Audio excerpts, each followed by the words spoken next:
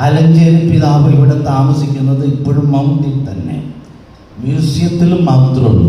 കാരണം ഒരു മ്യൂസിയത്തിൽ വെക്കാൻ കൊള്ളാവുന്ന ഒരു മ്യൂസിയത്തിൽ തന്നെ സൂക്ഷിക്കണം. ഞാൻ പറയുന്നത് ആ മ്യൂസിയത്തിൽ തന്നെ അടക്കണം, വന്നവർക്ക് മനസ്സിലാക്കാൻ. അതിന്റെ മുഖ്യ ആസൂത്രകര് മാർപ്പാപ്പ പുറത്താക്കിയ 2 പേര്. മാർപ്പാപ്പ പുറത്താക്കിയതാ 2 പേര്. വെറുതെ പുറത്താക്കല്ല ചെയ്തത്. നെടുമ്പാശ്ശേരി എയർപോർട്ടിലേക്ക് വിളിച്ചു വരുത്തി മേജർ ആർച്ച് ബിഷപ്പിനെ മനസ്സിലാക്കണം. നമ്മുടെ മേജർ ആർച്ച് ബിഷപ്പ് ഈ റാഫേൽ തട്ടിപ്പിതാവ് വത്തിക്കാനിൽ ചെന്നപ്പോൾ അദ്ദേഹത്തെ സ്വീകരിച്ച് ആനയിച്ചു കൊണ്ടുപോവുകയാണ് ചെയ്യുന്നത്. അത്ര ഉത്കൃഷ്ടമായ സ്ഥാനം വഹിക്കുന്ന സീറോ മലബാർ സഭയിലെ മേജർ ആർച്ച് ബിഷപ്പിനെ സിയാൽ എയർപോർട്ടിലേക്ക് വിളിച്ചു വരുത്തിയിട്ട് നമ്മുടെ ലൂക്ഷോ ഒരു ലെറ്റർ കൊടുത്തു. പൊട്ടിച്ചു നോക്കിയിട്ട് ചോദിച്ചു, അടുത്ത സിനഡ് വരെയെങ്കിലും ഒരു കാലം ഒരു അവധി തരാൻ പാടില്ലേ? നോ. അടുത്ത ഫ്ലൈറ്റിൽ അദ്ദേഹം തിരിച്ചു പോയി. ഇങ്ങനെ കൊടുത്ത് പുറത്താക്കിയത് എന്തുകൊണ്ട് മനസ്സിലാക്കണം.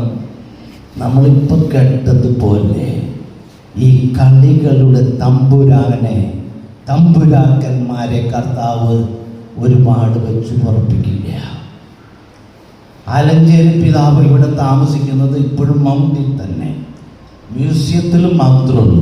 കാരണം ഒരു മ്യൂസിയത്തിൽ വെക്കാൻ കൊള്ളാവുന്ന ഒരു ഒന്നാന്തര സാധനത്ത് ഒരു സഭയെ എങ്ങനെ തകർക്കാമെന്നും ഒരു സഭയിൽ എന്തൊക്കെ നശിപ്പിക്കാമെന്നും ഒരു അതിരൂപതയെ എങ്ങനെ നശിപ്പിക്കാമെന്നും ഒക്കെ കൃത്യമായിട്ട് പ്ലാൻ ചെയ്ത് ആ തലയിട്ടല്ലോ.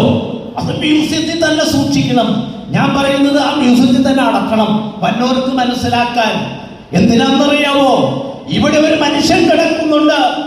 സീറോ മലബാർ സഭയെ സമാധാനത്തിനും ശാന്തിയിലും പുരോഗതിയിലേക്കും വളർന്ന സീറോ മലബാർ സഭയെ അധപതനത്തിലേക്കും വിഭാഗീയതയ്ക്കും നാശത്തിലേക്കും നയിച്ച ഒരു മനുഷ്യനെ നിങ്ങൾക്ക് കാണണമെങ്കിൽ ഇവിടെ കാണ്.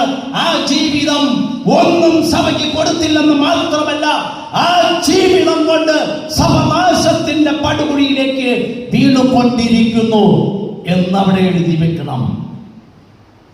അവിടെ എഴുതി വെക്കണം. കാരണം അതാണ് ആ മനുഷ്യൻ.